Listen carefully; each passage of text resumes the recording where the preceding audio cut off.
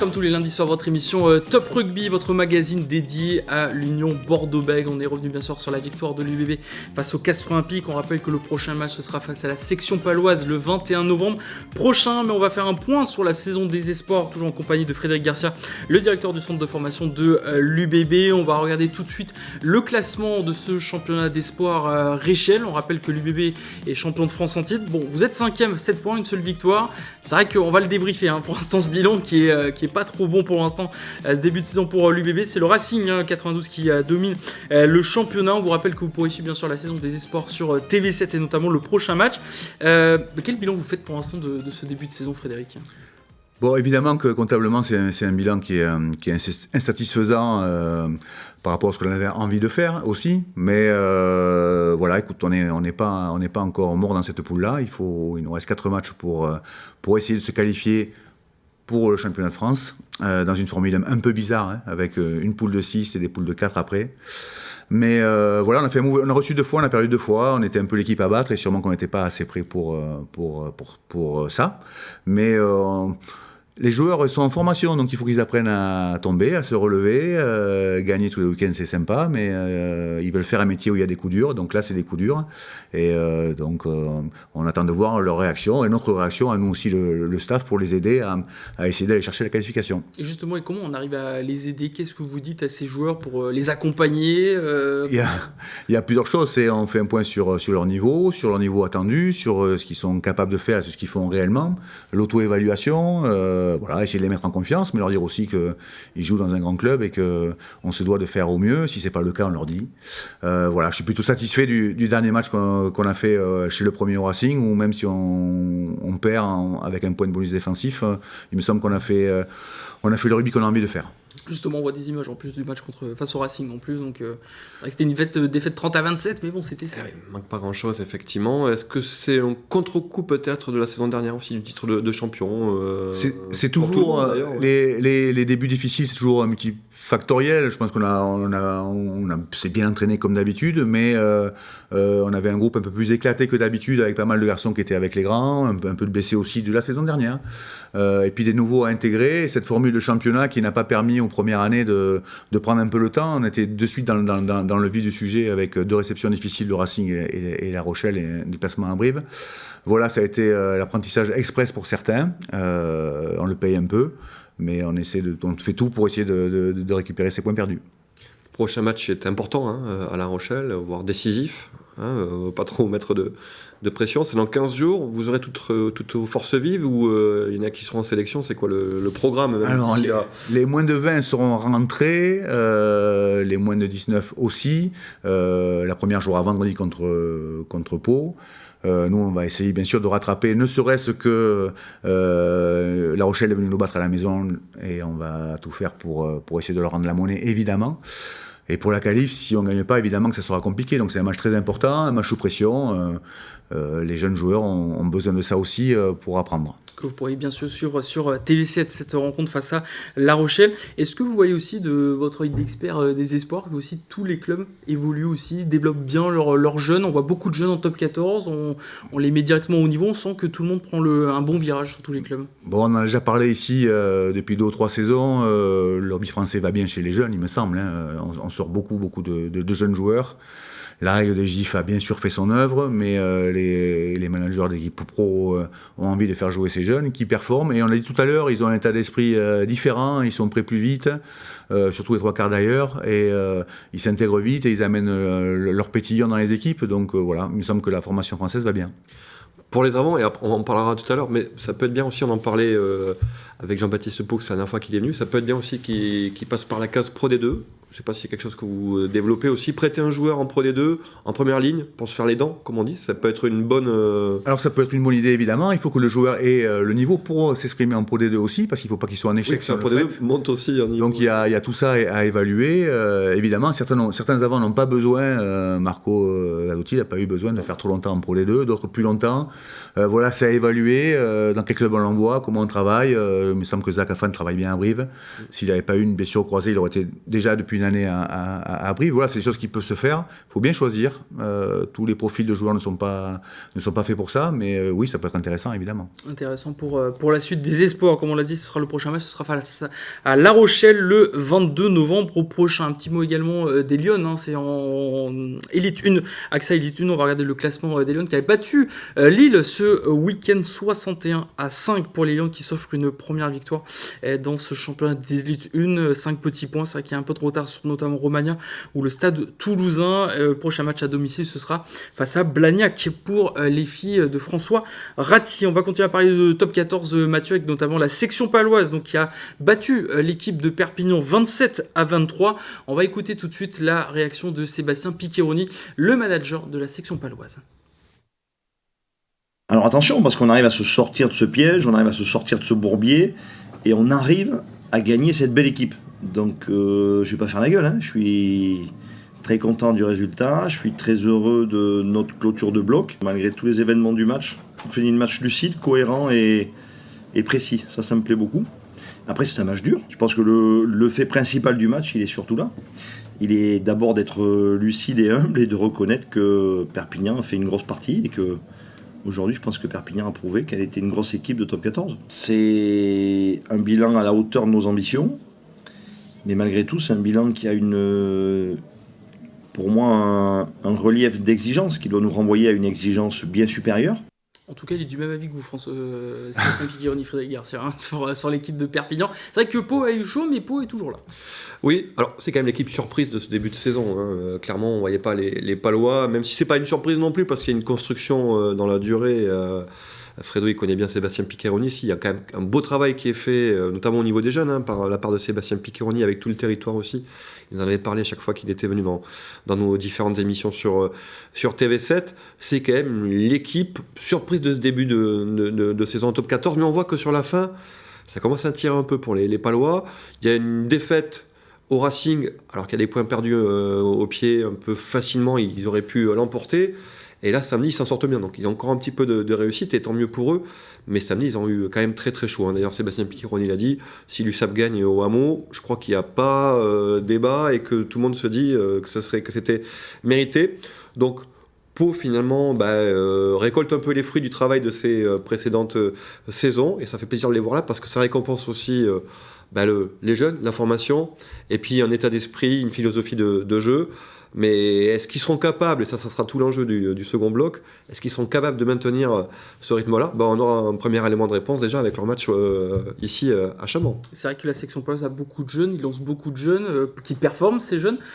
C'est la patte Sébastien Piccheroni, vu qu'il a connu tout ça, notamment avec l'équipe de France au moins de 20 ans. Bon, je crois qu'il a recruté des garçons qu'il connaissait surtout. C'est aussi le premier recrutement, donc il connaissait leur potentiel. Des garçons qui ressemblent un peu aux nôtres aussi. Donc voilà, dans sa construction des équipes, c'est quelque chose qui compte évidemment.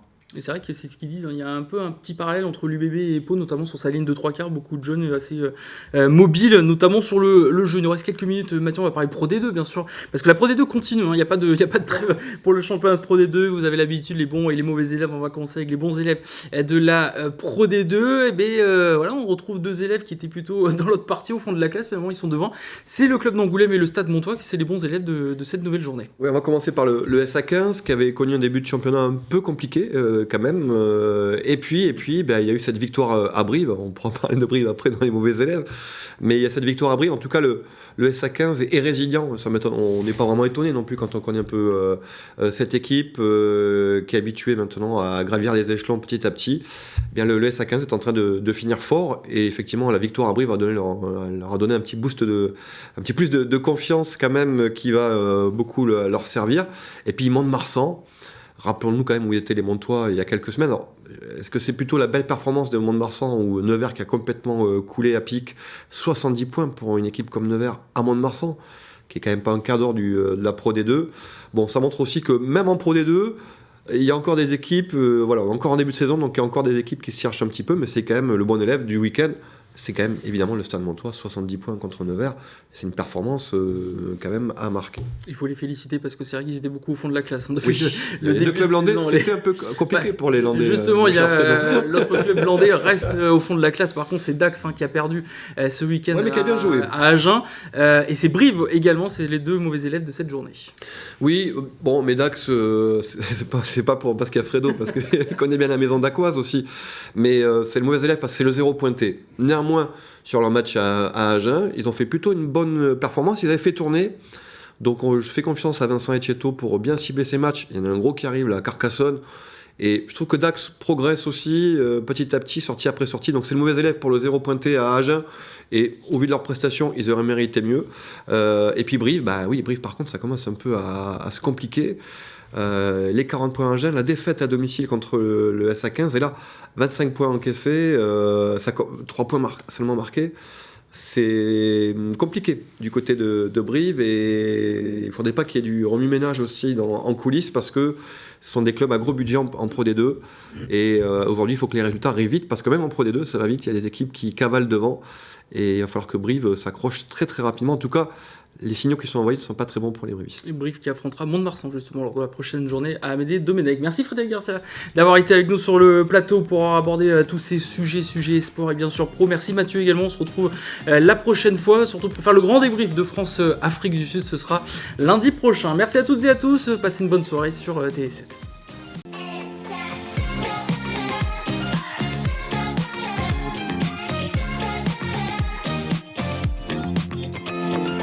Bonsoir à toutes et à tous et bienvenue dans Top Rugby, votre émission dédiée à l'Union Bordeaux-Bègles comme chaque lundi soir. Ce soir, nous allons revenir sur cette victoire à l'extérieur de l'UBB face au Castres Olympique. Une magnifique performance de la part des hommes de Yannick Bru, dont on vous montrera toutes les images bien sûr dans un instant. Nous ferons également le point sur la saison des espoirs en Réchelle. Pour en parler, nous avons le plaisir d'être avec Mathieu Delzovo. Bonsoir Mathieu. Bonsoir Dorian. Et notre invité de ce soir, il s'agit de Frédéric Garcia, le directeur sportif du centre de formation de l'UBB. Bonsoir Frédéric. Merci d'être avec nous Frédéric sur le plateau de TV7. Comme vous le savez, c'est vrai qu'à chaque période de doublon, c'est là où on fait un peu nos points Seven ou Esport également. Surtout que vous le savez, vous pouvez suivre maintenant la saison des Esports sur TV7. On a commencé avec 2 matchs face au Stade Français Paris. Le Racing, prochain match bien sûr à suivre sur TV7, ce sera face à La Rochelle le 22 novembre prochain. Frédéric, à l'image des professionnels, est-ce que pour vous aussi c'est un peu les vacances parce que vous n'avez pas joué ce week-end? Il y avait une longue période entre le Racing et La Rochelle. Est-ce que c'est Alors en fait, vacances nous, on est en reprise de vacances parce qu'on a laissé la semaine dernière à nos joueurs qui sont étudiants. Donc on essaie de faire coïncider les vacances rugby avec les vacances scolaires, ils en ont besoin. Et donc on a coupé la semaine dernière et là on a repris avec un groupe très allégé puisqu'on a un groupe éclaté entre les internationaux et ceux qui sont en vacances avec les pros. Mais on a repris aujourd'hui. Oui, parce qu'il y a aussi les U20, les U18 qui sont convoqués donc, pour jouer l'Afrique du Sud. Je ne sais pas si les U18 jouent contre l'Afrique du Sud aussi. Pays de Galles, ce sera le Pays de Galles dans 15 jours. Et comment on arrive à travailler dans ces conditions-là? Ça ne doit pas être facile pour vous et le staff aussi chez les jeunes quand c'est aussi éparpillé. Alors, on a un peu l'habitude de toute façon, c'est le lot de toutes les équipes espoirs. Et puis nous, on est là pour bosser vraiment aussi sur le joueur. Donc on arrive à travailler là-dessus. Après, collectivement, évidemment, s'il y a des périodes qui sont plus difficiles que d'autres. Mais ça fait partie de la formation de ces jeunes joueurs. Ils sont habitués à être là avec nous, pas avec nous, avec les pros en sélection, à revenir.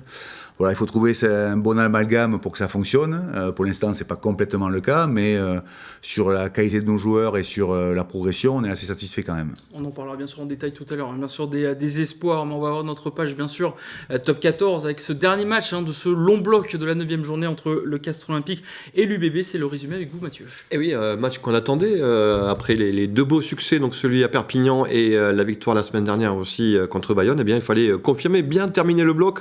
Pas facile d'aller à Castres et on va voir que ça s'est plutôt bien passé pour l'Union Bordeaux-Bègles, même si le premier essai est inscrit par le Castres Olympique, l'UBB qui menait rapidement 6-0 grâce à 2 pénalités, et c'est Poplin qui va inscrire le premier essai du Castres Olympique, le CO qui va mener 7-6, mais on va voir après que juste avant la mi-temps, bien Romain Buros va permettre à l'Union Bordeaux-Bègles de reprendre l'avantage. Marquer avant la mi-temps, que ce soit en espoir, en pro, c'est toujours quand même des moments clés dans les rencontres. On va voir que ça va faire finalement la différence sur cette rencontre. Oui, il y a toujours des moments importants, ça s'en est un, ça valide aussi la bonne première mi-temps de l'UBB, forcément c'est dur pour les Castrés à ce moment-là, et on a vu que ça allait compter vraiment à la fin. avec donc l'UBB qui mène 13-7. Fredo, on attendait quand même un gros match dès avant. Bon, on le sait à Castres, je pense que c'est pareil chez les jeunes aussi. Quand on va à Castres, on connaît, on sait où on met les pieds. On en avait parlé la semaine dernière dans cette émission avec Bastien Vergne-Taillefer sur le combat d'avant général. La copie rendue par l'UBB, elle est plus que positive. C'était sûr que les joueurs allaient se challenger pour faire un bon match, les avants en particulier. Mais c'est vrai que je les ai trouvés très costauds. Et très costaud défensivement aussi. Donc c'est un match plein avec juste avant les vacances, c'est des matchs pièges des fois. Et là, faire une série de 3, c'est très positif pour le club. Une belle série de 3 victoires donc pour l'Union Bordeaux-Bègles. On verra qu'après on est quand même meilleure équipe à l'extérieur. Mais oui, malgré les performances qu'il y a eu au début, c'est tout le paradoxe du top 14. Est-ce que là, finalement, on retrouve le vrai visage de l'Union Bordeaux-Bègles avec cet équilibre entre le jeu d'avant performant et puis des lignes arrière qui savent exploiter les ballons? Bon, je ne sais pas si on l'avait perdu, mais ce qui est sûr sur ce match-là, qui est un match difficile chez une équipe qui a vraiment besoin de points et qui est difficile à manœuvrer chez elle, on a trouvé qu'on était très costaud, il me semble, avec des breaks, avec beaucoup d'envie, et c'est surtout retrouver l'enchaînement de 3 victoires d'affilée. C'est un peu la marque de fabrique d'enchaîner les victoires, et il semble que c'est revenu, tant mieux. Plusieurs joueurs parlaient de matchs référence, partageaient cet avis aussi. C'est le match qu'on attendait quand même, surtout à Castres. Voilà, bon, on fait pas un jour au Catalan, gagner à Perpignan, bon, c'était déjà une belle performance, mais gagner à Castres, ça envoie quand même un message. Oui, gagner à Castres, je pense qu'ils sont heureux aussi d'avoir validé leur bon début de saison.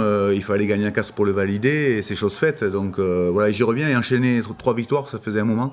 Donc c'est important de montrer qu'on est toujours là, je pense. Parce que dommage de s'arrêter finalement. Il ne faut pas dire ça aux joueurs, au staff, parce que je pense qu'ils ont tiré un petit peu sur la corde aussi. On va voir donc les derniers essais. Il y a quand même des joueurs qui ont marqué leur retour.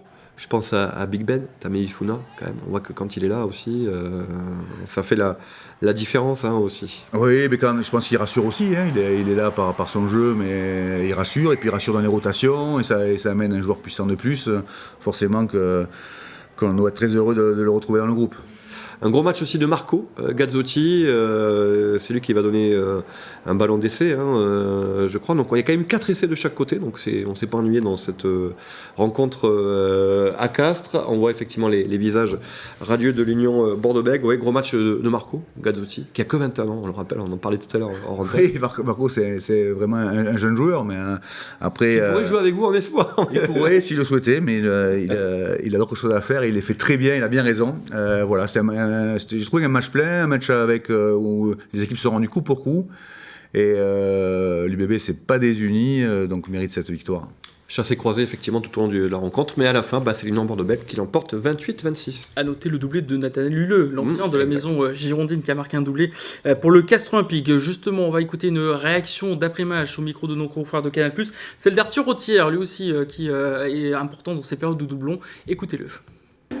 Plutôt cool, en plus c'était l'anniversaire de Jeff et Joey, donc voilà, il fallait qu'on fasse un gros match avant les vacances pour récompenser ce début de saison mitigé, et une victoire extérieure c'est bien. Franchement, quand on joue à Castres, on sait que c'est très très compliqué dans l'état d'esprit et tout ça. Si on n'y était pas, on allait en prendre 40, donc il fallait qu'on reste solidaire, il fallait qu'on se soutienne fort, parce qu'on savait que pendant 30 premières minutes ça allait piquer. On me prend de gros revers à l'extérieur, donc il fallait qu'on se remette dedans, pas surfer sur la saison dernière.